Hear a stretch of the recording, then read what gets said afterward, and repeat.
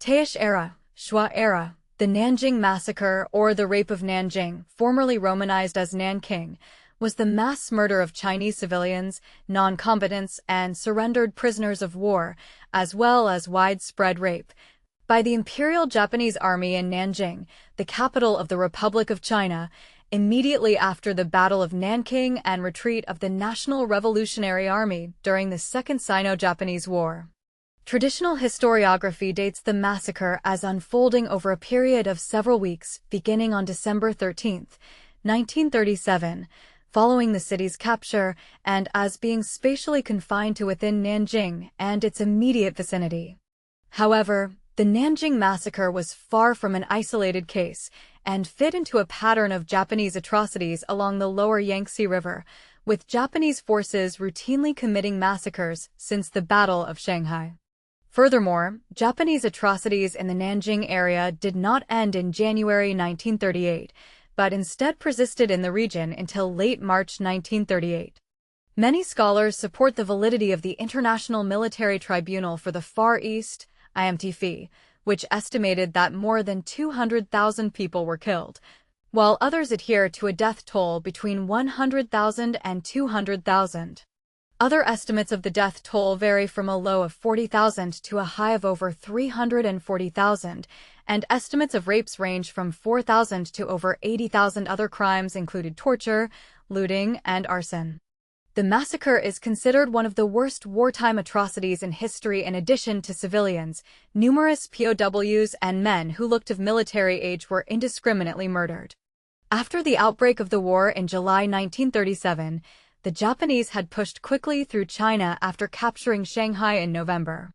As the Japanese marched on Nanjing, they committed violent atrocities in a terror campaign, including killing contests and massacring entire villages. By early December, the Japanese Central China Area Army under the command of General Owain Matsui reached the outskirts of the city. Nazi German citizen John Rabe created the Nanking Safety Zone in an attempt to protect its civilians. As early as December 4th, the Japanese army had been engaging in random murder, torture, wartime rape, looting, arson, and other war crimes in the Nanjing area. These crimes skyrocketed after the Nanjing's capture on December 13th and continued for several weeks. Depending on the types of crime, the first 3 weeks were the most intense. Atrocities persisted in the Nanjing area for several months, both within the walled city and in the surrounding countryside, until the establishment of the new ruling government on March 28, 1938. A group of foreign expatriates headed by Rabe had formed a 15-man international committee for the Nanking Safety Zone on November 22 and mapped out the Nanking Safety Zone in order to safeguard civilians in the city. In a diary entry from Minnie Vautrin on December 15, 1937, she wrote about her experiences in the safety zone. The Japanese have looted widely yesterday and today, have destroyed schools, have killed citizens, and raped women. 1,000 disarmed Chinese soldiers, whom the International Committee hoped to save, were taken from them and by this time are probably shot or bayonet.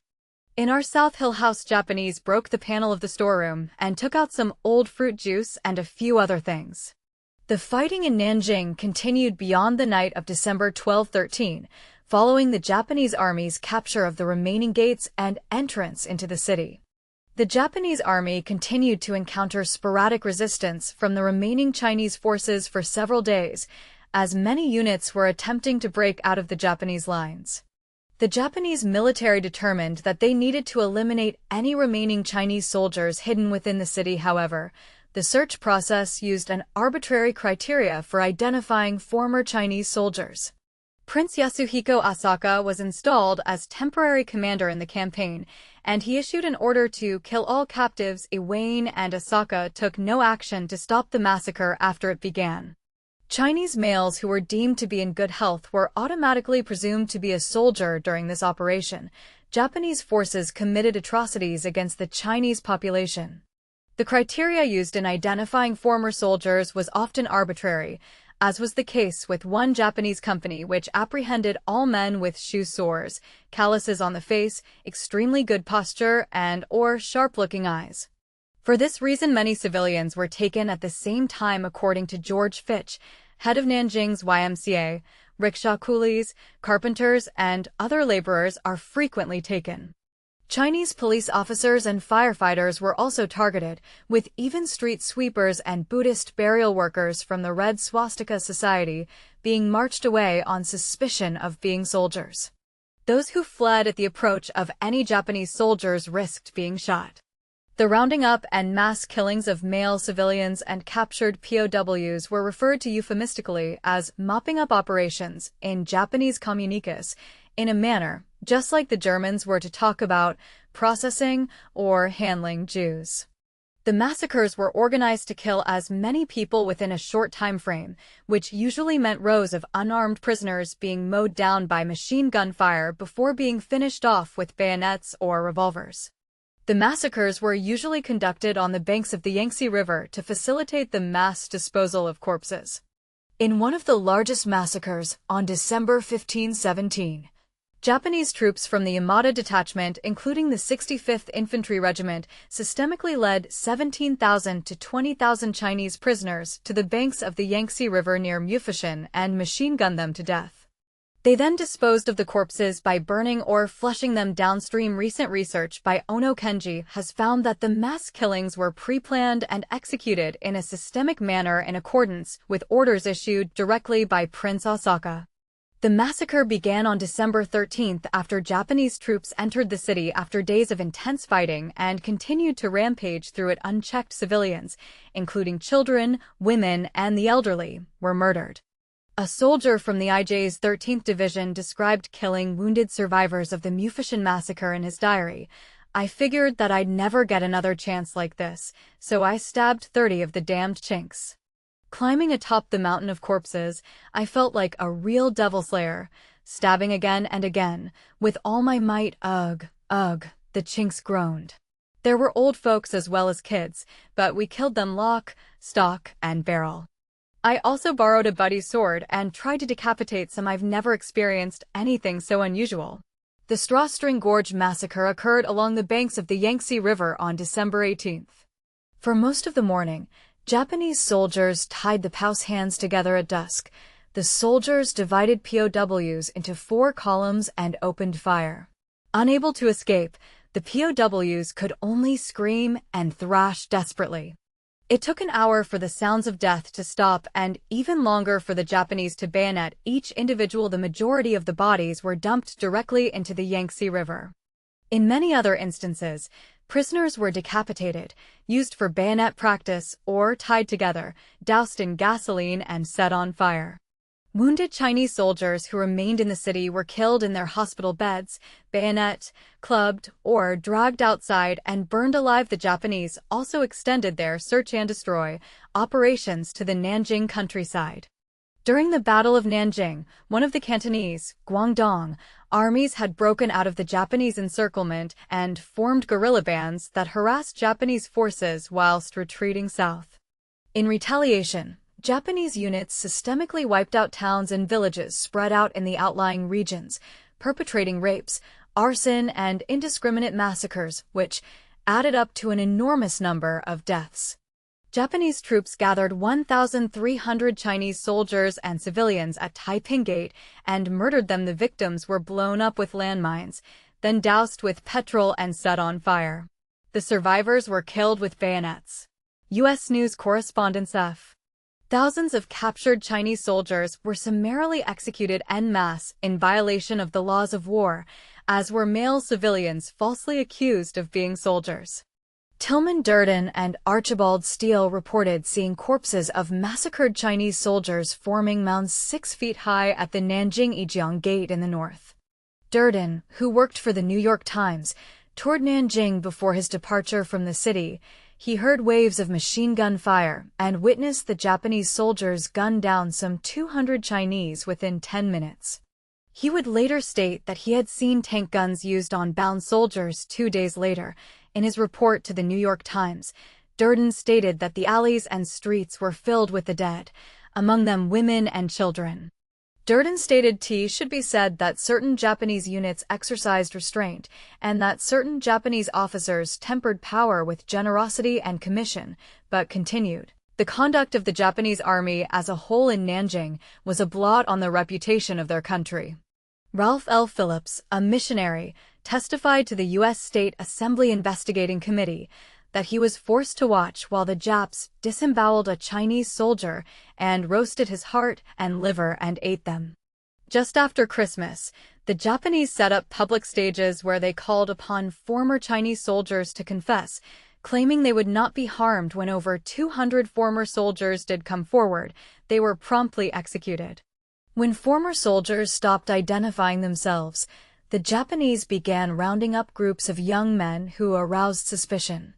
Based on the dutiful records of the Safety Zone Committee, the post-war International Military Tribunal found that some 20,000 civilian men were killed on false accusations of being soldiers, while 30,000 former combatants were executed and their bodies thrown into the river. Durden, who had left Nanjing on December 17 on the USS Oahu, had borne witness to the mass execution of captured nationalist soldiers and suspected soldiers. He reported in early January that the Japanese had admitted to rounding up around 15,000 Chinese men in the first 3 days, and that they had captured another 25,000 Chinese soldiers who were systemically rounded up and executed. Widespread rape of female civilians took place, their ages ranging from infants to the elderly, and 1/3 of the city was destroyed by arson. Rape victims were often murdered afterward. Canadian historian Bob Wakabayashi's analysis of Japanese wartime records implicates Japanese forces in the illegal and unjustifiable mass murder of 46,215 men whom they considered Chinese military personnel, including men they had rounded up in civilian clothing. Of these numbers, the IJ 16th Division executed between 4,000 and 12,000 prisoners near Xiaoguan, then shoved the corpses into the Yangtze to transform it into a river of dead bodies. The Mufu Mountains Massacre, the deadliest of these mass-killing incidents, saw the execution of between 17,000 and 20,000 male prisoners by the 65th Infantry Regiment of the IJ 13th Division. The 9th Division reported executing around 6,700 Chinese prisoners of war during their mopping-up operations. The International Military Tribunal for the Far East estimated that in the first month of the occupation, Japanese soldiers committed approximately 20,000 cases of rape in the city. Some estimates claim 80,000 cases of rape. According to the International Military Tribunal for the Far East, rapes of all ages, including children and elderly women, were commonplace, and there were many instances of sadistic and violent behavior related to these rapes. Following the rapes, many women were killed and their bodies were mutilated. A large number of rapes were done systematically by the Japanese soldiers as they went from door to door, searching for girls, with many women being captured and gang-raped. Japanese soldier Takakoro Kozo recalled, "Women suffered most no matter how young or old, they all could not escape the fate of being raped. We sent out coal trucks to the city streets and villages to seize a lot of women. And then each of them was allocated to 15 to 20 soldiers for sexual intercourse and abuse. After raping, we would also kill them." The women were often killed immediately after being raped, often through explicit mutilation, such as by penetrating vaginas with bayonets, long sticks of bamboo, or other objects. Rabe's safety zone was mostly a success and is credited with saving at least 200,000 lives after the war. Matsui and several other commanders at Nanjing were found guilty of war crimes and executed. For example, a 6 months pregnant woman was stabbed 16 times in the face and body, one stab piercing and killing her unborn child. A young woman had a beer bottle rammed up her vagina after being raped and was then shot. Edgar Snow wrote how discards were often bayoneted by drunken Japanese soldiers. On December 19, 1937, the Reverend James M. McCallum wrote in his diary, "I know not where to end. Never I have heard or read such brutality. Rape, rape, rape. We estimate at least 1,000 cases a night and many by day." In case of resistance or anything that seems like disapproval, there is a bayonet stab or a bullet. People are hysterical. Women are being carried off every morning, afternoon, and evening. The whole Japanese army seems to be free to go and come as it pleases, and to do whatever it pleases. A 15-year-old girl was locked naked in a barracks housing 200 to 300 Japanese soldiers and raped multiple times daily. American correspondent Edgar Snow wrote how frequently mothers had to watch their babies beheaded and then submit to raping. YMCA head Fitch reported that a woman had her 5-month infant deliberately smothered by the brute to stop it crying while he raped her on March 7, 1938. Robert O. Wilson, a surgeon at the University Hospital in the safety zone administered by the United States, wrote in a letter to his family, "A conservative estimate of people slaughtered in cold blood is somewhere about 100,000, including of course thousands of soldiers that had thrown down their arms." Here are two excerpts from his letters of December 15 and 18, 1937 to his family. Page needed. The slaughter of civilians is appalling. I could go on for pages telling of cases of rape and brutality almost beyond belief. 2 bayonet corpses are the only survivors of 7 street cleaners who were sitting in their headquarters when Japanese soldiers came in without warning or reason and killed 5 of their number and wounded the 2 that found their way to the hospital. Some other Japanese military leaders in charge at the time of the Nanjing Massacre were not tried only because by the time of the tribunals they had either already been killed or committed ritual suicide. Let me recount some instances occurring in the last 2 days. Last night, the house of one of the Chinese staff members of the university was broken into and 2 of the women, his relatives, were raped. 2 girls, about 16, were raped to death in one of the refugee camps in the university middle school where there are 8,000 people. The Japs came in 10 times last night, over the wall, stole food, clothing, and raped until they were satisfied.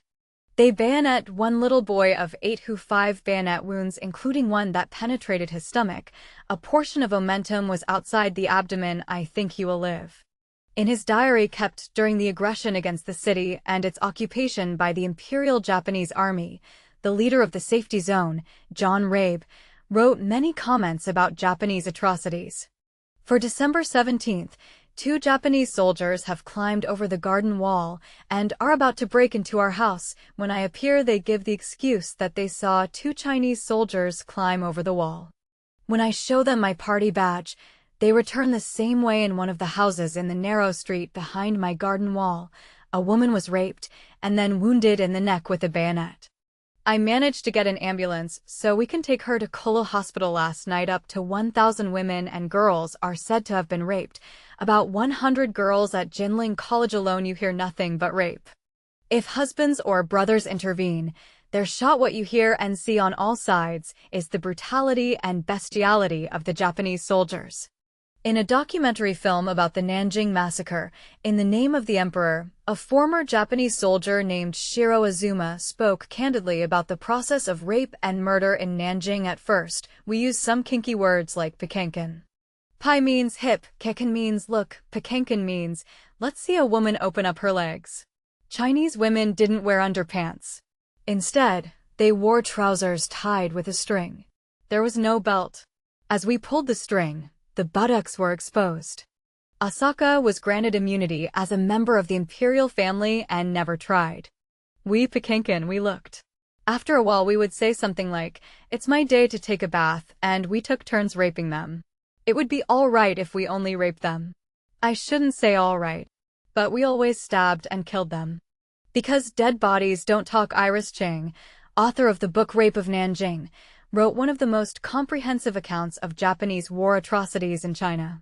In her book, she estimated that the number of Chinese women raped by Japanese soldiers ranged from 20,000 to 80,000. Chang also states that not all rape victims were women.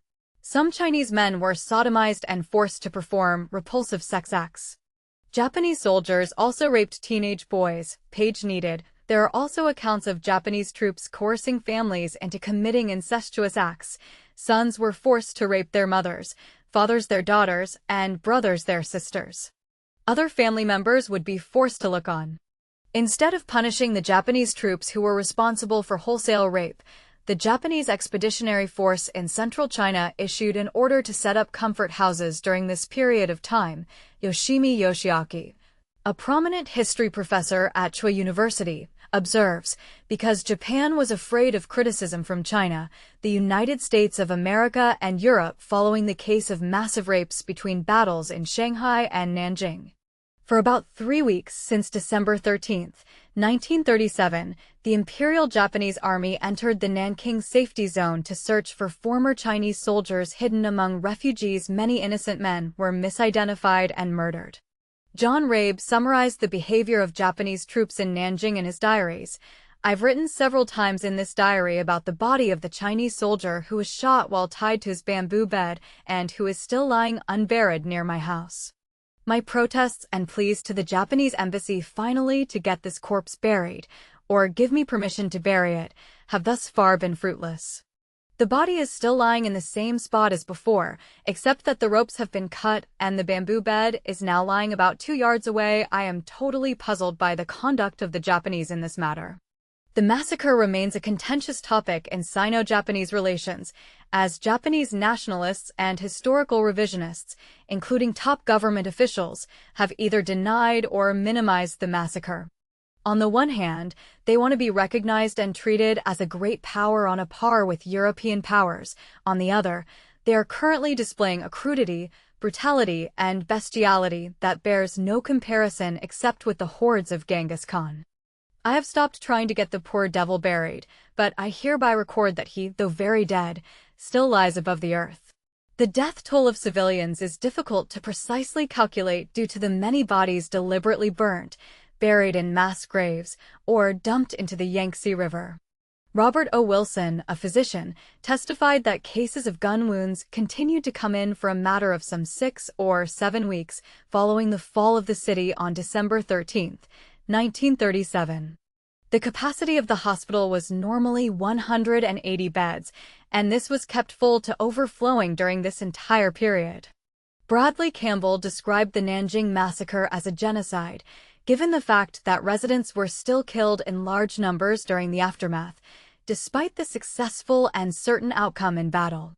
However, Jean-Louis Margolin does not believe that the Nanjing atrocities should be considered a genocide because only prisoners of war were executed in a systematic manner and the targeting of civilians was sporadic and done without orders by individual actors.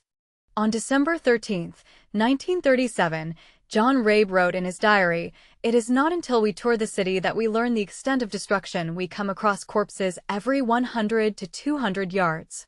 The bodies of civilians that I examined had bullet holes in their backs. These people had presumably been fleeing and were shot from behind. The Japanese marched through the city in groups of 10 to 20 soldiers and loot the shops. I watched with my own eyes as they looted the CAF of our German baker Herr Kiesling. Hempel's hotel was broken into as well, as almost every shop on Chengsheng and Taiping Road. American Vice Consul James Espy arrived in Nanjing on January 6, 1938, to reopen the American embassy. He gave a summarized description of what happened in the city. The picture that they painted of Nanking was one of a reign of terror that befell the city upon its occupation by the Japanese military forces. The Second Sino-Japanese War commenced on July 7, 1937, following the Marco Polo Bridge incident, and rapidly escalated into a full-scale war in northern China between the Chinese and Japanese armies. Their stories and those of the German residents tell of the city having fallen into the hands of the Japanese as captured prey. Not merely taken in the course of organized warfare, but seized by an invading army whose members seem to have set upon the prize to commit unlimited depredations and violence. Fuller data and our own observations have not brought out facts to discredit their information. The civilian Chinese population remaining in the city crowded the streets of the so-called safety zone as refugees, many of whom are destitute. Physical evidences are almost everywhere to the killing of men, women, and children, of the breaking into and looting of property, and of the burning and destruction of houses and buildings. It remains, however, the Japanese soldiers swarmed over the city in thousands and committed untold depredations and atrocities. It would seem, according to stories told us by foreign witnesses, that the soldiers were let loose like a barbarian horde to desecrate the city. Men, women, and children were killed in uncounted numbers throughout the city. Stories are heard of civilians being shot or bayoneted for no apparent reason. On February 10, 1938, Legation Secretary of the German Embassy, George Rosen, wrote to his foreign ministry about a film made in December by Reverend John McGee to recommend its purchase. During the Japanese reign of terror in Nanjing, which, by the way, continues to this day to a considerable degree, the Reverend John McGee, a member of the American Episcopal Church Mission who has been here for almost a quarter of a century, took motion pictures that eloquently bear witness to the atrocities committed by the Japanese. One will have to wait and see whether the highest officers in the Japanese army succeed, as they have indicated, in stopping the activities of their troops, which continue even today. On December 13th, about 30 soldiers came to a Chinese house at number 5 Xing Lu Ku in the southeastern part of Nanjing and demanded entrance. The door was opened by the landlord, a Mohammedan named Ha. They killed him immediately with a revolver, and also Mrs. Ha, who knelt before them after Ha's death, begging them not to kill anyone else. Mrs. Ha asked them why they killed her husband, and they shot her. The National Revolutionary Army, however, wanted to avoid a decisive conflict in the northern region and instead opened a second front by launching offensives against Japanese forces in Shanghai. Xia was dragged out from under a table in the guest hall where she had tried to hide with her 1-year-old baby after being stripped and raped by one or more men. She was bayoneted in the chest and then had a bottle thrust into her vagina. The baby was killed with a bayonet. Some soldiers then went to the next room, where Mrs. Xia's parents, aged 76 and 74, and her 2 daughters aged 16 and 14. They were about to rape the girls when the grandmother tried to protect them. The soldiers killed her with a revolver. The grandfather grasped the body of his wife and was killed. The 2 girls were then stripped, the elder being raped by 23 men and the younger by 3. The older girl was stabbed afterwards and a cane was rammed in her vagina. The younger girl was bayoneted also, but was spared the horrible treatment that had been meted out to her sister and mother. The soldiers then bayonet another sister of between 78, who was also in the room. The last murders in the house were of Ha's 2 children, aged 4 and 2 respectively. The older was bayoneted and the younger split down through the head with a sword. Pregnant women were targeted for murder, as their stomachs were often bayoneted, sometimes after rape. Tang Junshan, survivor and witness to one of the Japanese Army's systematic mass killings, testified, the 7th and last person in the first row was a pregnant woman. The soldier thought he might as well rape her before killing her, so he pulled her out of the group to a spot about 10 meters away. As he was trying to rape her, the woman resisted fiercely. The soldier abruptly stabbed her in the belly with a bayonet. She gave a final scream as her intestines spilled out. Then the soldier stabbed the fetus, with its umbilical cord clearly visible, and tossed it aside. According to Navy veteran Sho Matani, the army used a trumpet sound that meant kill all Chinese who run away. In response, Japan deployed an army led by General Wayne Matsui to fight the Chinese forces in Shanghai in August 1937. The Japanese army invaded Shanghai, where they met strong resistance and suffered heavy casualties. Thousands were led away and mass executed in an excavation known as the 10,000 Corpse Ditch, a trench measuring about 300 m long and 5 m wide. Since records were not kept, estimates regarding the number of victims buried in the ditch range from 4,000 to 20,000. The Hui people, a minority Chinese group, the majority of them Muslim, suffered as well during the massacre. One mosque was found destroyed and others found to be filled with dead bodies. Hui volunteers and imams buried over 100 of their dead following Muslim ritual. The Japanese massacred Hui Muslims in their mosques in Nanjing and destroyed Hui mosques in other parts of China.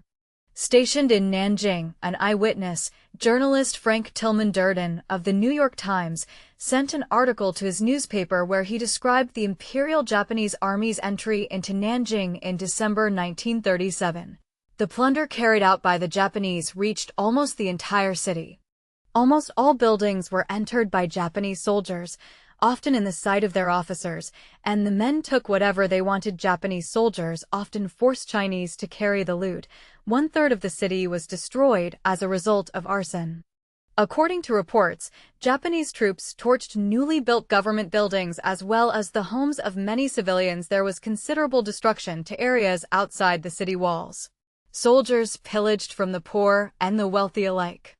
The lack of resistance from Chinese troops and civilians in Nanjing meant that the Japanese soldiers were free to divide up the city's valuables as they saw fit. This resulted in widespread looting and burglary. On December 17th, Chairman John Rabe wrote a complaint to Kiyoshi Fukui, second secretary of the Japanese embassy. The following is an excerpt. In other words, on the 13th, when your troops entered the city, we had nearly all the civilian population gathered in a zone in which there had been very little destruction by stray shells and no looting by Chinese soldiers, even in full retreat. All 27 Occidentals in the city at that time and our Chinese population were totally surprised by the reign of robbery, raping, and killing initiated by your soldiers on the 14th. The battle was bloody as both sides faced attrition in urban hand-to-hand combat. All we are asking in our protest is that you restore order among your troops and get the normal city life going as soon as possible. In the latter process, we are glad to cooperate in any way we can. But even last night between 8 and 9 p.m., when 5 Occidental members of our staff and committee toured the zone to observe conditions, we did not find any single Japanese patrol either in the zone or at the entrances. The Japanese troops did respect the zone to an extent. Until the Japanese occupation, no shells entered that part of the city except a few stray shots. During the chaos following the attack of the city, some were killed in the safety zone, but the crimes that occurred in the rest of the city were far greater by all accounts. Rabe wrote that, from time to time, the Japanese would enter the safety zone at will, carry off a few hundred men and women, and either summarily execute them or rape and then kill them. By February 5, 1938, the International Committee for the Nanking Safety Zone had forwarded to the Japanese embassy a total of 450 cases of murder, rape, torture, and general disorder by Japanese soldiers that had been reported after the American, British, and German diplomats had returned to their embassies. It is said that Rabe rescued between 200,000 and 250,000 Chinese people.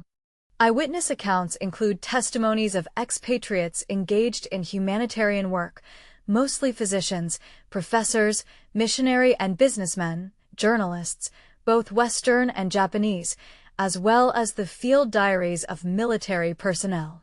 American missionary John McGee stayed behind to provide a 16mm film documentary and first-hand photographs of the Nanjing Massacre. Rabe and American missionary Louis S.C.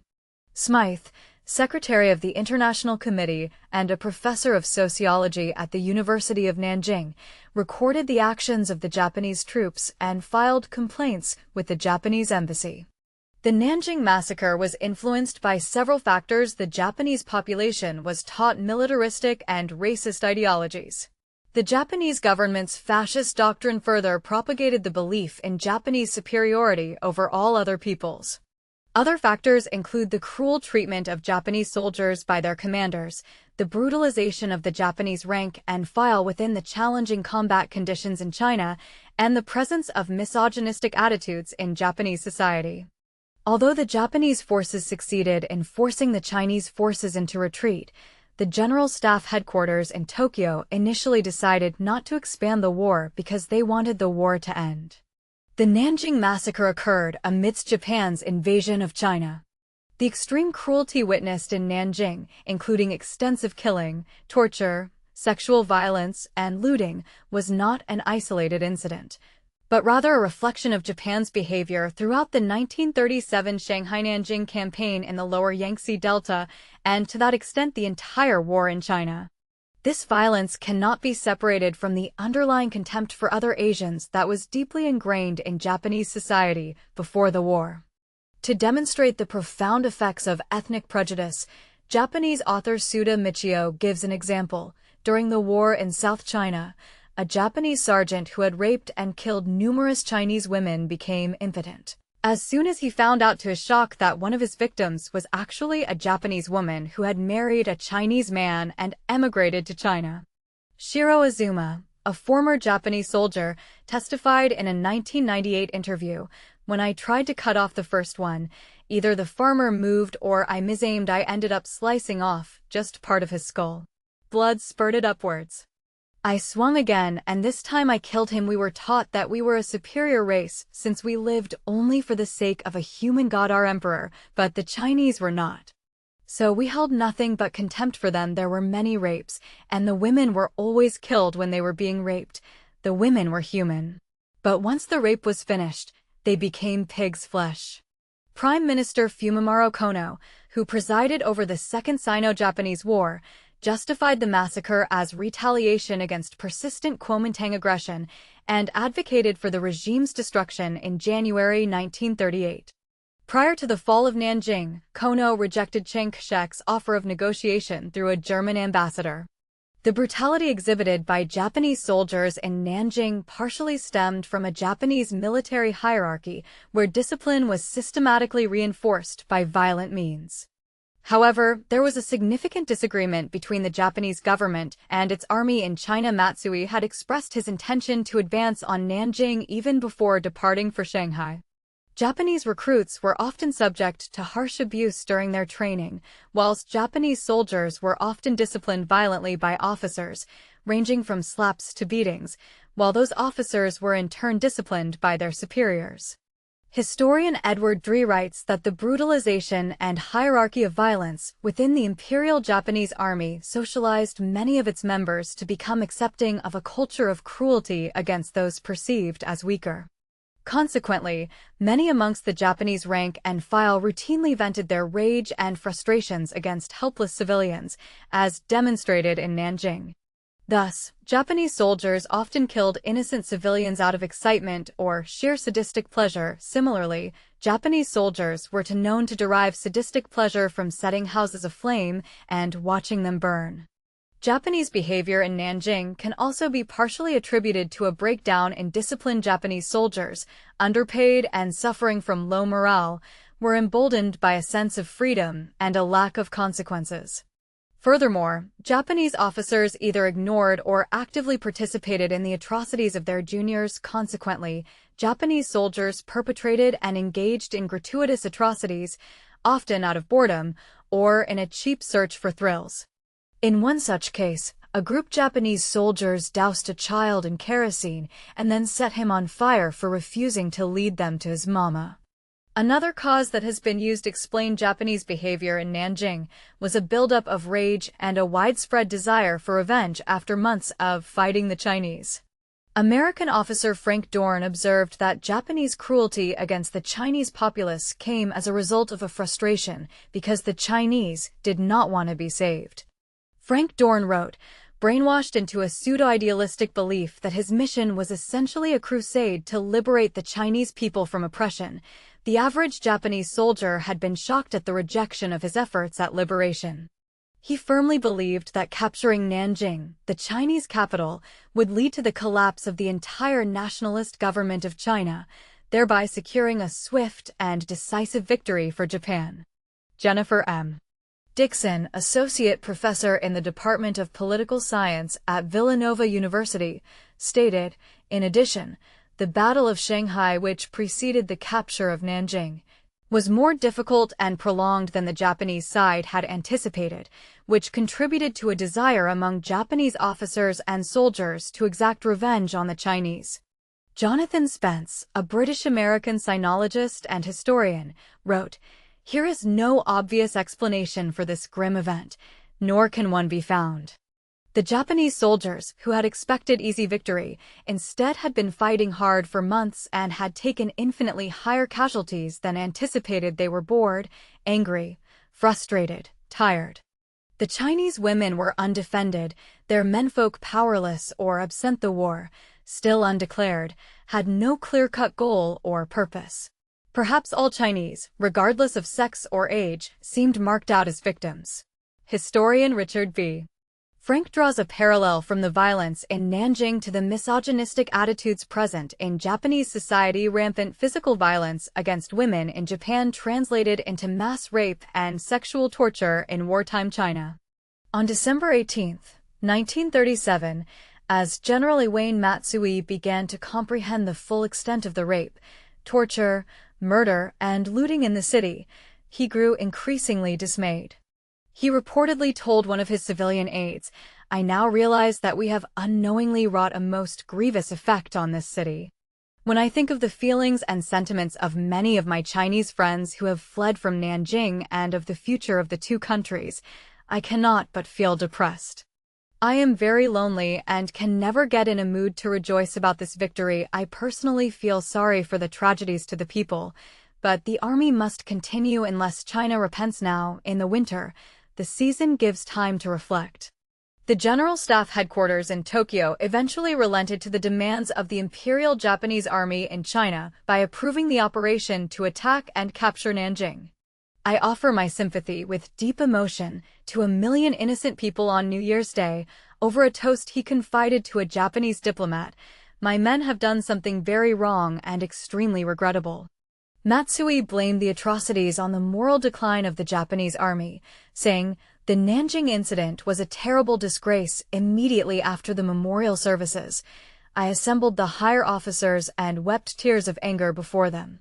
As Commander-in-Chief, I told them that after all our efforts to enhance the imperial prestige, everything had been lost in one moment through the brutalities of the soldiers. And, can you imagine it, even after that, these officers laughed at me. I am really, therefore, quite happy that I, at least, should have ended this way, in the sense that it may serve to urge self-reflection on many more members of the military of that time. In late January 1938, the Japanese army forced all refugees in the safety zone to return home, immediately claiming to have restored order. After the establishment of the Weishin Zhongfu, Chinese, Pinyin, Wixinzi Chenjief, the collaborating government, in 1938, order was gradually restored in Nanjing and atrocities by Japanese troops lessened considerably. On February 18, 1938, the International Committee for the Nanking Safety Zone was forcibly renamed the Nanjing International Rescue Committee, and the safety zone effectively ceased to function. The last refugee camps were closed in May 1938. In February 1938, both Prince Asaka and General Matsui were recalled to Japan. Matsui returned to retirement, but Prince Asaka remained on the Supreme War Council until the end of the war in August 1945. He was promoted to the rank of general in August 1939, though he held no further military commands. The Japanese either destroyed or concealed important documents, severely reducing the amount of evidence available for confiscation. Between the declaration of a ceasefire on August 15, 1945, and the arrival of American troops in Japan on August 28, the Japanese military and civil authorities systematically destroyed military, naval, and government archives, much of which was from the period 1942–1945. Overseas troops in the Pacific and East Asia were ordered to destroy incriminating evidence of war crimes. Approximately 70% of the Japanese Army's wartime records were destroyed. In a press release to foreign reporters, Tang Xingji announced the city would not surrender and would fight to the death. In regards to the Nanjing Massacre, Japanese authorities deliberately concealed wartime records, eluding confiscation from American authorities. Some of the concealed information was only made public decades later. For example, a 2-volume collection of military documents related to the Nanjing operations was published in 1989, and disturbing excerpts from Kasego Nakajima's diary, a commander at Nanjing, was published in the early 1980s. According to American historian Edward J. Dree, while the Germans, beginning in 1943, did engage in substantial efforts to obliterate evidence of such crimes as mass murder, and they destroyed a great deal of potentially incriminating records in 1945, a great deal survived, in part because not each one of the multiple copies had been burned.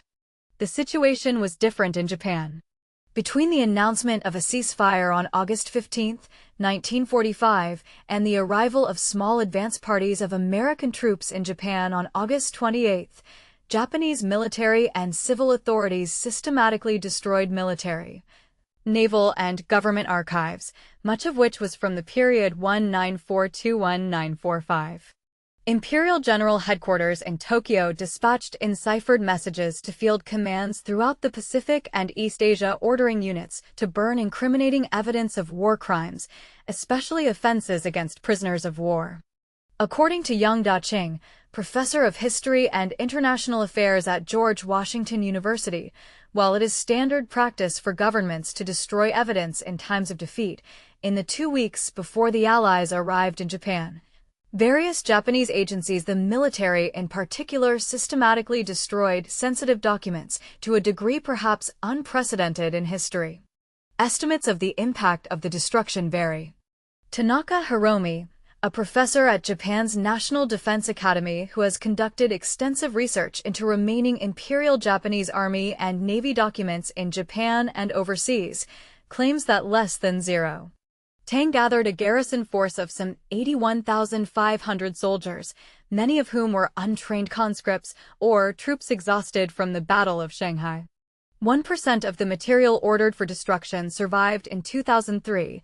The director of Japan's Military History Archives of National Institute for Defense Studies said that as much as 70% of Japan's wartime records were destroyed. During his time in China, Bernhard Arp Sindberg, an amateur photographer and friend to several foreign journalists, always had his camera with him, taking graphic photos of the civilian massacres and extensive destruction. Sindberg smuggled the unprocessed film out of China with the help of his company and had entrusted the development of the film to his colleagues. After the war, he retrieved his photos, producing one of the few photographic records documenting the Nanjing Massacre. Ono Kenji, a chemical worker in Japan, procured a collection of wartime diaries from Japanese veterans who fought in the Battle of Nanking in 1937. In 1994, nearly 20 diaries in his collection were published, which became an important source of evidence for the massacre. Official war journals and diaries were also published by Kaikosha, an organization of retired Japanese military veterans. In 1984, in an attempt to refute accusations of Japanese war crimes in Nanjing, Kaikosha, the Japanese Army Veterans Association, interviewed former Japanese soldiers who had served in the Nanjing area from 1937 to 1938. Instead of refuting the massacre, the interviewed veterans confirmed that a massacre had taken place and openly described and admitted to taking part in the atrocities. In 1985, the interviews were published in the association's magazine, Keiko, along with an admission and apology that read, "Whatever the severity of war or special circumstances of war psychology, we just lose words faced with this mass illegal killing. As those who are related to the pre-war military, we simply apologize deeply to the people of China. It was truly a regrettable act of barbarity." The Chinese government left for relocation on December 1st, and the president left on December 7th, leaving the administration of Nanjing to an international committee led by John Rabe, a German national and Nazi Party member. In early 1980s, after interviewing Chinese survivors and reviewing Japanese records, Japanese journalist Honda Katsuchi concluded that the Nanjing Massacre was not an isolated case, and that Japanese atrocities against the Chinese were common throughout the lower Yangtze River since the Battle of Shanghai. The diaries of other Japanese combatants and medics who fought in China have corroborated his conclusions. Numerous factors complicate the estimation of an accurate death toll. The most pressing include the systemic destruction of wartime records by Japanese military officials, the mass disposal of Chinese corpses by Japanese soldiers, the revisionist tendencies of both Chinese and Japanese individuals and groups, who are often driven by nationalistic and political motivations, and the subjectivity involved in the collection and interpretation of evidence. However, the most credible scholars in Japan, which include a large number of authoritative academics, support the validity of the International Military Tribunal for the Far East and its findings, which estimate more than 200,000 casualties. Japanese historian Takushi Kasahara estimates a death toll of more than 100,000 and close to 200,000, or maybe more, with the emergence of more information and data. He said that there is a possibility that the death toll could be higher. Hiroshi Yoshida concludes more than 200,000 in his book Tomio Ora supports the information found in the International Military Tribunal for the Far East, which estimates a death toll of at least 200,000. An estimate death toll of 300,000 has also been cited. Canadian historian Bob Wakabayashi puts the total number of Chinese who died in December 1937 alone at 109,475, including massacre victims and soldiers killed in action. Of this number, an analysis of Japanese wartime records implicates Japanese forces in the illegal and unjustifiable mass murder of 46,215 men, whom they considered Chinese military personnel, including men they had rounded up in civilian clothing. In addition to male prisoners, Wakabayashi also adds tens of thousands of murdered Chinese civilians to the death toll, both within the walled city and the 6 adjacent counties in the surrounding countryside.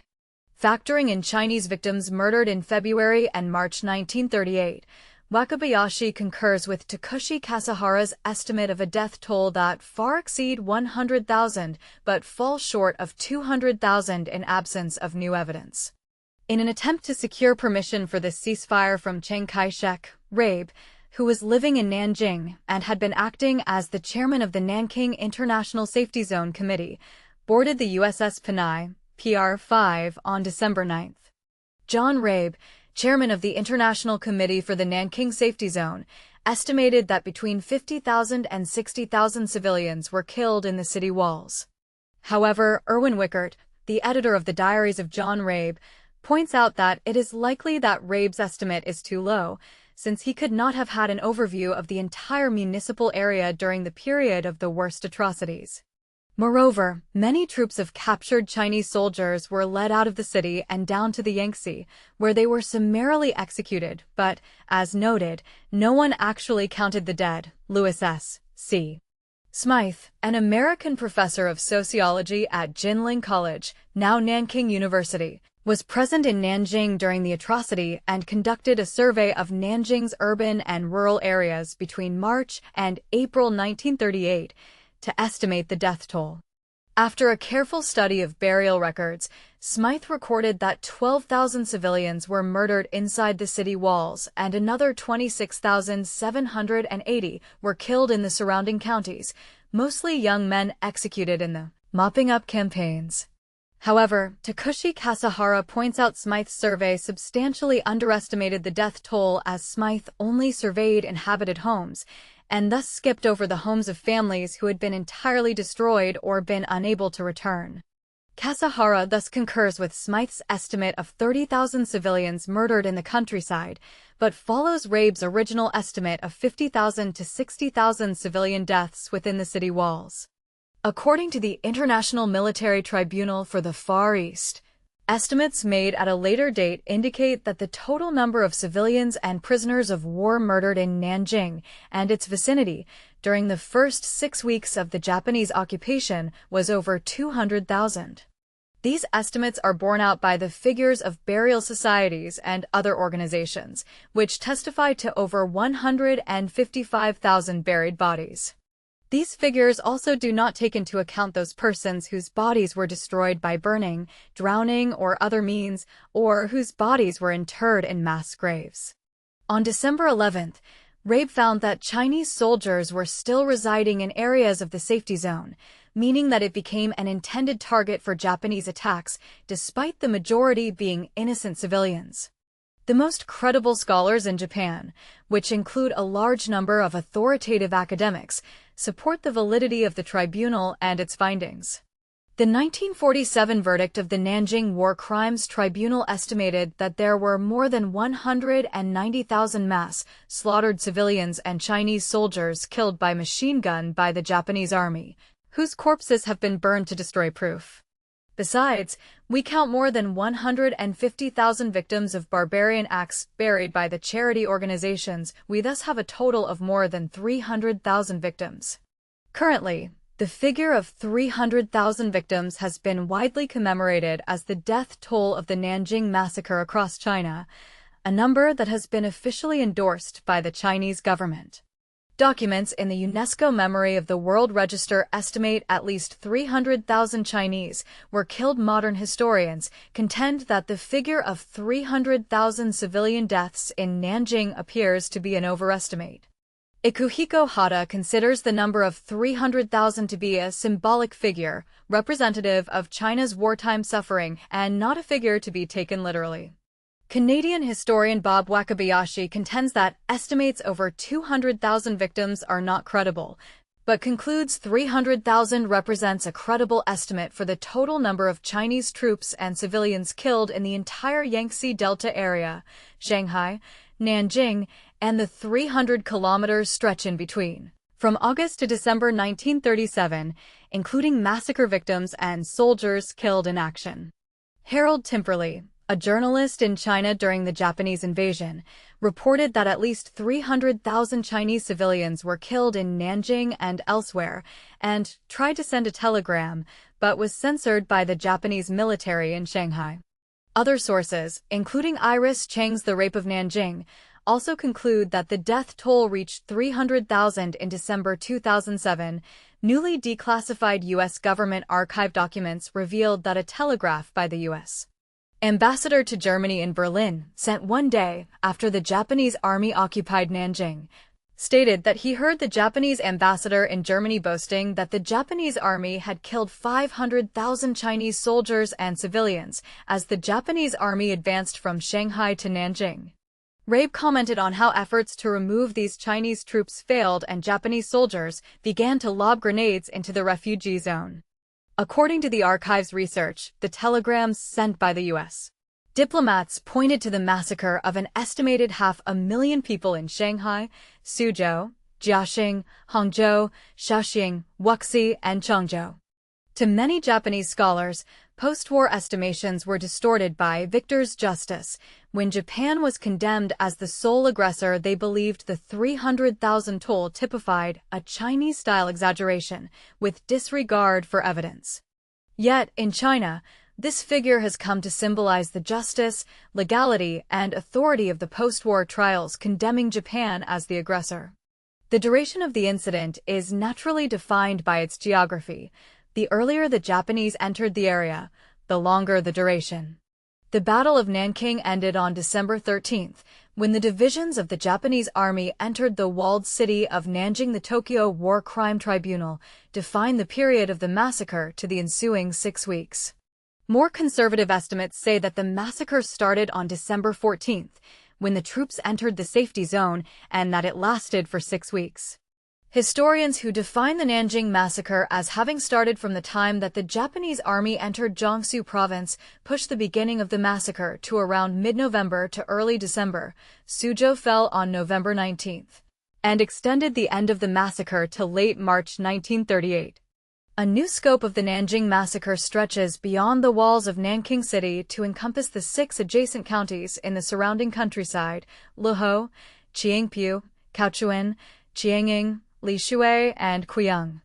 Within this zone, Japanese forces began committing atrocities on December 4, 1937, when their divisions first invaded the area.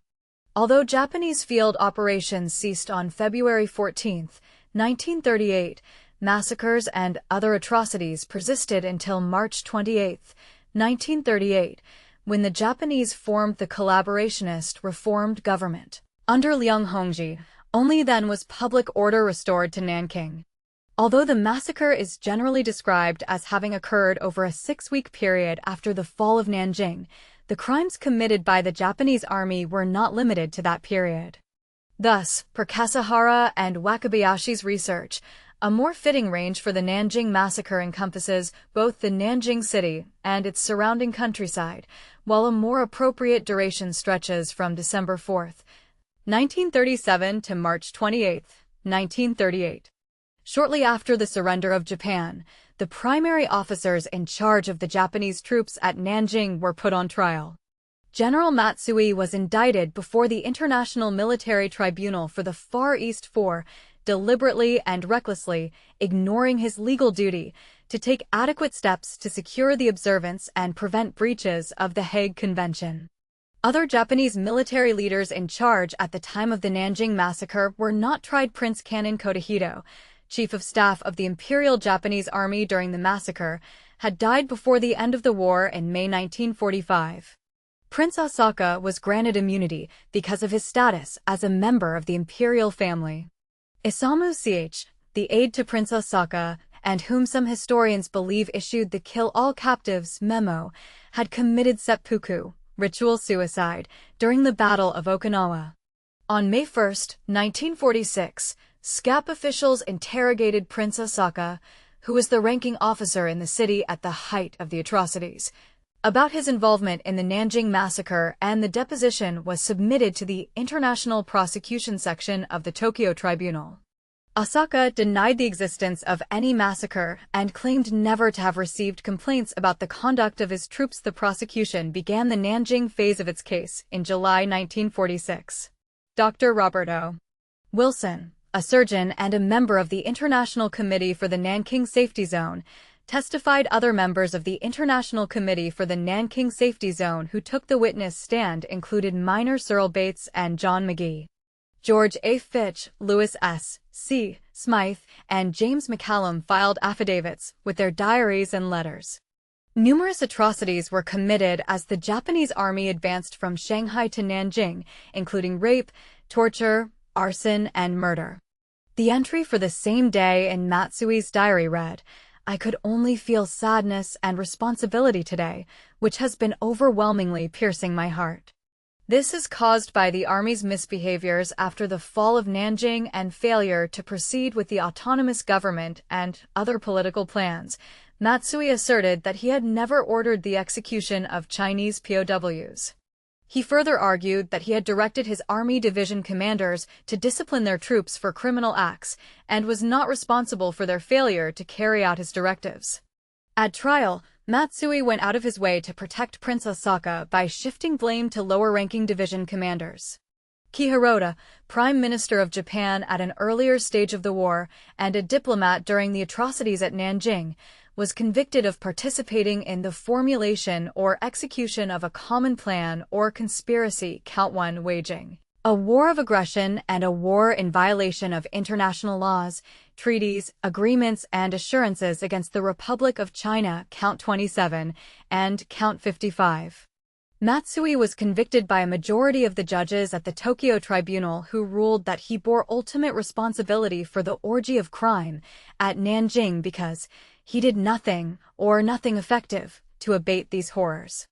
Organized and wholesale murder of male civilians was conducted with the apparent sanction of the commanders on the pretext that Chinese soldiers had removed their uniforms and were mingling with the population. Groups of Chinese civilians were formed, bound with their hands behind their backs, and marched outside the walls of the city, where they were killed in groups by machine gun fire and with bayonets. From judgment of the International Military Tribunal on November 12, 1948, Matsui and Hirota, along with 5 other convicted Class A war criminals, were sentenced to death by hanging. 18 others received lesser sentences. The death sentence imposed on Hirota, a 6-5 decision by the 11 judges, shocked the general public and prompted a petition on his behalf, which soon gathered over 300,000 signatures but did not succeed in commuting the minister's sentence. Many were committed as part of a systemic terror campaign meant to undermine the will to resist amongst the Chinese population. All of them were hanged on December 23, 1948. Hisao Tani, a lieutenant general for the 6th Division of the Imperial Japanese Army, was tried by the Nanjing War Crimes Tribunal in China. He was found guilty of war crimes, sentenced to death, and executed by shooting on April 26, 1947. However, according to historian Takushi Kasahara, the evidence used to convict Hisao Tani was not convincing. Kasahara said that if there was a full investigation of the massacre, many other high-ranking authorities, which include higher-level commanders, army leaders, and Emperor Hirohito, could have been implicated. In 1947, Toshiaki Mukai and Tsuyoshi Noda, The two officers responsible for the contest to kill 100 people were both arrested and extradited to China. They were also tried by the Nanjing War Crimes Tribunal. On trial with them was Gunkichi Tanaka, a captain from the 6th Division who personally killed over 300 Chinese POWs and civilians with his sword during the massacre. All three men were found guilty of war crimes and sentenced to death. They were executed by shooting together on January 28, 1948. Moritake Tanabe, the chief of staff of the Japanese 10th Army at the time of the massacre, was tried for unrelated war crimes in the Dutch East Indies. He was sentenced to death and executed in 1949 on October 9, 2015. Documents of the Nanjing Massacre have been listed on the UNESCO Memory of the World Register. According to Japanese historian Fujiwara Akira, when Japan accepted the Potsdam Declaration and surrendered in August 1945, the state officially acknowledged the war of aggression and the Nanjing Massacre committed by the Japanese Army. David Askew, formerly an associate professor at Ritsumeikan Asia Pacific University, noted that in Japan views concerning the massacre were divided between two mutually exclusive groups. The Great Massacre School group accepts the findings of the Tokyo trials and concludes that there were at least 200,000 casualties and at least 20,000 rape cases, whereas the Illusion School group rejects the tribunal's findings as victor's justice. Advancing Japanese forces transformed the 170 miles between Shanghai and Nanjing into a nightmarish zone of death and destruction. Japanese aircraft frequently strafed unarmed farmers and refugees for fun. According to Askew, the Great Massacre School is more sophisticated, and the credibility of its conclusions are supported by a large number of authoritative academics. Askew estimates that the city's population was 224,500 from December 24, 1937, to January 5, 1938. Ora Tomio, a Japanese history professor at Waseda University, published a book in 1967 following his 1966 visit to China, devoting a third of the book to the massacre. During the 1970s, Katsuchi Honda wrote a series of articles for the Asahi Shimbun on war crimes committed by Japanese soldiers during World War II, such as the Nanjing Massacre. In response, Shikiha Yamamoto, using the pen name Isaiah Bendason, wrote an article that denied the massacre, and Akira Suzuki published a book that denied the massacre. However, the debate was short-lived because no denialist produced a study that was as comprehensive as the one conducted by Ora. The opposition was unable to present enough evidence to deny the massacre. There are disputes about the official death toll of the massacre. This estimate includes an estimation that the Japanese army murdered 57,418 Chinese POWs at Mufushan, though the latest research indicates that between 4,000 and 20,000 were massacred. And it also includes the 112,266 corpses apparently buried by the Chongshantung, a charitable association. Though today some historians argue that the Chongshanting's records were at least greatly exaggerated, if not entirely fabricated. According to Bob Wakabayashi, he estimates the death toll within Nanjing city wall to be around 40,000, mostly massacred in the first 5 days, while the total victims after a 3-month period in Nanjing and its surrounding 6 rural counties far exceed 100,000 but fall short of 200,000. Wakabayashi concludes that estimates of over 200,000 are not credible. Civilians were subjected to extreme violence and brutality in a foreshadowing of the upcoming massacre. In one example, on November 23, the Nankianta hamlet near Wuxi was set on fire, with many of its inhabitants locked within the burning houses. For the past several decades, Japanese politicians who express no remorse for the Nanjing Massacre have exacerbated ongoing tensions in Sino-Japanese relations, with numerous Japanese government officials and a few historians in Japan either denying or dismissing the atrocity. Numerous scholars have stated that the Japanese Wikipedia version of the article contains revisionist and denialist narratives. They note that the article notably lacks pictures and expresses doubt about the massacre in the first paragraph of the article. In 2021, Yumiko Sato translated a sentence from the first paragraph. The Chinese side calls it the Nanjing Massacre, but the truth of the incident is still unknown. The memory of the Nanjing Massacre has been a point of contention in Sino-Japanese relations since the early 1970s. Trade between the two nations is worth over $200 billion annually. Despite this, many Chinese people still have a strong sense of distrust due to the memory of the atrocity and failure of reconciliation measures. This sense of distrust is strengthened by Japan's unwillingness to admit to and apologize for the atrocities. Takashi Yoshida described how changing political concerns and perceptions of the national interest in Japan, China, and the U.S. have shaped the collective memory of the Nanjing Massacre. Yoshida contended that over time the event has acquired different meanings to different people. People from mainland China saw themselves as the victims. For Japan, it was a question they needed to answer but were reluctant to do so because they too identified themselves as victims after the A-bombs. The U.S., which served as the melting pot of cultures and is home to descendants of members of both Chinese and Japanese cultures, took up the mantle of investigator for the victimized Chinese. Two women, one a 17-year-old girl and the other pregnant, were raped repeatedly until they could not walk. Yoshida had argued that the Nanjing Massacre had figured in the attempts of all three nations as they worked to preserve and redefine national and ethnic pride and identity, assuming different kinds of significance based on each country's changing internal and external enemies. Many Japanese prime ministers have visited the Yasukuni Shrine, a shrine for Japanese war deaths up until the end of the Second World War, which includes war criminals that were involved in the Nanjing Massacre. In the museum adjacent to the shrine, a panel informs visitors that there was no massacre in Nanjing, but that Chinese soldiers in plain clothes were dealt with severely. In 2006, former Japanese Prime Minister Junichiro Koizumi made a pilgrimage to the shrine despite warnings from China and South Korea. His decision to visit the shrine regardless sparked international outrage. Although Koizumi denied that he was trying to glorify war or historical Japanese militarism, the Chinese Foreign Ministry accused Koizumi of wrecking the political foundations of China-Japan relations.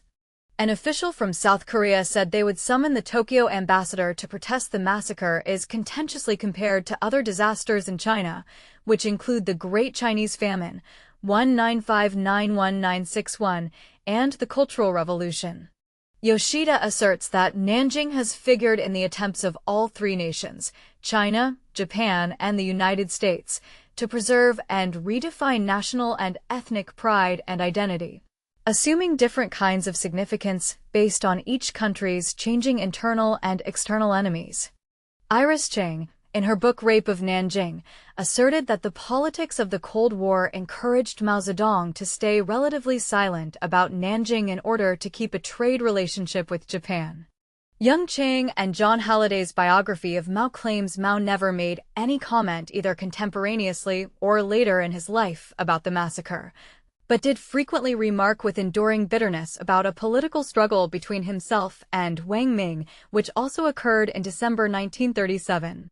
Before the 1970s, China did relatively little to draw attention to the Nanjing Massacre. There was also virtually no public commemoration until after 1982. However, China was not oblivious to the Japanese debate over the massacre. Afterwards, the soldiers rammed a broom into the teenager's vagina and stabbed her with a bayonet, then cut open the belly of the pregnant woman and gouged out the fetus. In 1982, concerned with Japanese denialism, accounts of the Nanjing Massacre, alongside other wartime atrocities committed by Japan in China, emerged in the Chinese media. Concerns regarding Japanese denialism about the massacre was not confined solely to the People's Republic of China. Scholars in Taiwan also initiated a response, publishing many studies about Japanese atrocities in China. According to American journalist Howard W. French, mentioning of the massacre was suppressed in China because ideologically the communists would rather promote the martyrs of class struggles than wartime victims, especially when there were no communist heroes or any communists at all in Nanjing when the massacre happened. According to Guocheng Liu and Fengqi Qian of Deakin University, only since the 1990s, Through the revisionist patriotic education campaign, the massacre had become a national memory as an episode of this century of humiliation. Prior to the communist founding of a new China, this orthodox victimhood narrative has become entwined with the Chinese national identity and is very sensitive to the revisionist sentiments from the far right in Japan, which makes the memory of the massacre a recurring point of tension in Sino-Japanese relations after 1982. A fictionalized film about a Chinese photographer's documentation of the massacre, Dead to Rights, was released in China in July 2025, with the Chinese newspaper China Daily stating that the film is meant to prevent amnesia and not to spread animosity. Following the end of World War II, some circles of civil society in Japan reflected on the extent of the massacre and the participation of ordinary soldiers. Notably, the novelist Yoshihata wrote a novel, Time, Jiken, in 1953, portraying the massacre from the point of view of a Chinese intellectual watching it happen. This novel has been translated into Chinese and Russian. Other eyewitnesses to the massacre also expressed their opinions in Japanese magazines in the 1950s and 1960s, but political shifts slowly eroded this tide of confessions. A crying 2-year-old boy was wrestled from his mother's arms and thrown into the flames, while the hysterically sobbing mother was bayoneted and thrown into a creek. In 21st century Japan, the Nanjing Massacre touches upon national identity and notions of pride, honor, and shame. Yoshida argues that Nanjing crystallizes a much larger conflict over what should constitute the ideal perception of the nation. Japan, as a nation, acknowledges its past and apologizes for its wartime wrongdoings, or stands firm against foreign pressures and teaches Japanese youth about the benevolent and courageous martyrs who fought a just war to save Asia from Western aggression. Recognizing the Nanjing Massacre as such can be viewed in some circles in Japan as Japan bashing in the case of foreigners, or self-flagellation in the case of Japanese. The government of Japan states that it cannot be denied that the killing of a large number of non-combatants, looting, and other acts by the Japanese army occurred. However, it also states that the actual number of victims is hard to determine. The most widely used Japanese textbooks for junior high schools do contain references to the Nanjing Massacre and other issues like comfort women. Fiercely critical of such references, the Japanese Society for History Textbook Reform published the new history textbook attempts to whitewash Japan's war record during the 1930s and early 1940s. It referred to the Nanjing Massacre as an incident and glossed over the issue of comfort women. There is also only one sentence that refers to the event. They occupied that city in December. This revisionist textbook, though approved by the government, was shunned by nearly all school districts and only used by 13 schools. Dockworkers in Australia were horrified by the massacre and refused to load pig iron onto ships heading for Japan, leading to the Dalfram Dispute of 1938. In December 2007, the PRC government published the names of 13,000 people who were killed by Japanese troops in the Nanjing Massacre. According to Xinhua News Agency, it is the most complete record to date.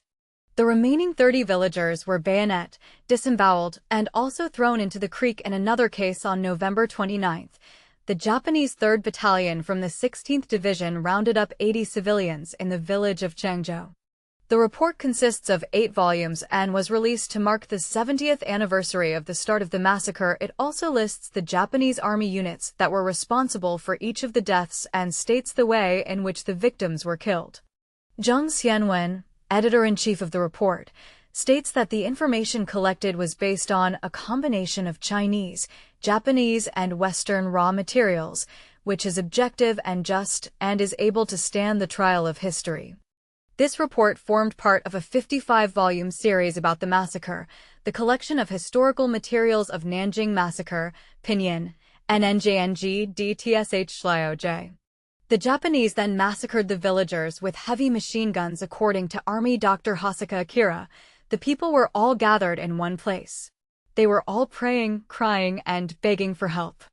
I just couldn't bear watching such a pitiful spectacle. Soon the heavy machine guns opened fire, and the sight of those people screaming and falling to the ground is one I could not face even if I had had the heart of a monster. According to Kurosa Tadanobu of the 13th Division, we'd take all the men behind the houses and kill them with bayonets and knives. Then we'd lock up the women and children in a single house and rape them at night. Then, before we left the next morning, we'd kill all the women and children, and to top it off, we'd set fire to the houses, so that even if anyone came back, they wouldn't have a place to live. Chinese civilians often committed suicide, such as 2 girls who deliberately drowned themselves near Pinggu, an event witnessed by Japanese First Lieutenant Nishizawa Benkichi. As early as November, Japanese forces had been committing atrocities against urban regions and cities. Jiaotong was shelled by Japanese forces, then 8,000 of its civilian residents murdered. Half of Taizong was razed to the ground, and then half the salt and grain stores looted. On December 8. The Japanese Shanghai Expeditionary Army captured the city of Zhenjiang between Shanghai and Nanjing. They then set Zhenjiang on fire and executed anyone attempting to douse the flames. Zhenjiang burned for 10 days. The Japanese also burned wounded Chinese soldiers alive and raped women and children. According to a city resident who survived the blaze, the city was burned as a deliberate attempt to destroy civilian property. According to one Japanese journalist embedded with imperial forces at the time, the reason that he is advancing to Nanjing quite rapidly is due to the tacit consent among the officers and men that they could loot and rape as they wish. In his novel Ikatiro Heitai, Living Soldiers, Tatsu's Ishikawa vividly describes how the 16th Division of the Shanghai Expeditionary Force committed atrocities on the march between Shanghai and Nanjing. The novel itself was based on interviews that Ishikawa conducted with troops in Nanjing in January 1938. Perhaps the most notorious atrocity was a killing contest between 2 Japanese officers, as reported in the Tokyo Nichi Shimbun and the English-language Japan Advertiser. The contest a race between the 2 officers to see who could kill 100 people first using only a sword was covered much like a sporting event, with regular updates on the score over a series of days. In Japan, the veracity of the newspaper article about the contest was the subject of ferocious debate for several decades starting in 1967. In 1937, the Osaka Mainichi Shimbun and its sister newspaper, the Tokyo Nichi Shimbun, covered a contest between 2 Japanese officers, Toshiaki Mukai and Tsuyoshi Noda of the Japanese 16th Division. The 2 men were described as vying to be the first to kill 100 people with a sword before the capture of Nanjing from Jurong, Jiangsu to Tongshan. Mukai had killed 89 people while Noda had killed 78. The contest continued because neither had killed 100 people by the time they had arrived at Purple Mountain. Noda had killed 105 people while Mukai had killed 106 people. Both officers supposedly surpassed their goal during the heat of battle, making it impossible to determine which officer had actually won the contest. Therefore, according to journalists Asami Kazuo and Suzuki Jiro, writing in the Tokyo Nichi Shimbun of December 13, they decided to begin another contest to kill 150 people. In 2000, historian Bob Tadashi Wakabayashi concurred with certain Japanese scholars who had argued that the contest was a concocted story by the Japanese army, with the collusion of the soldiers themselves for the purpose of raising their national fighting spirit. In 2005, a Tokyo district judge dismissed a suit by the families of the lieutenants, stating that the lieutenants admitted the fact that they raced to kill 100 people and that the story cannot be proven to be clearly false. The judge also ruled against the civil claim of the plaintiffs, because the original article was more than 60 years old. The historicity of the event remains disputed in Japan. The Nanjing garrison set fire to buildings and houses in the areas close to Xiaoguan to the north, as well as in the environs of the eastern and southern city gates. Targets within and outside of the city wall such as military barracks, private homes, the Ministry of Communication, forests, and entire villages were completely burnt down at an estimated value of $2,030 million. 1937.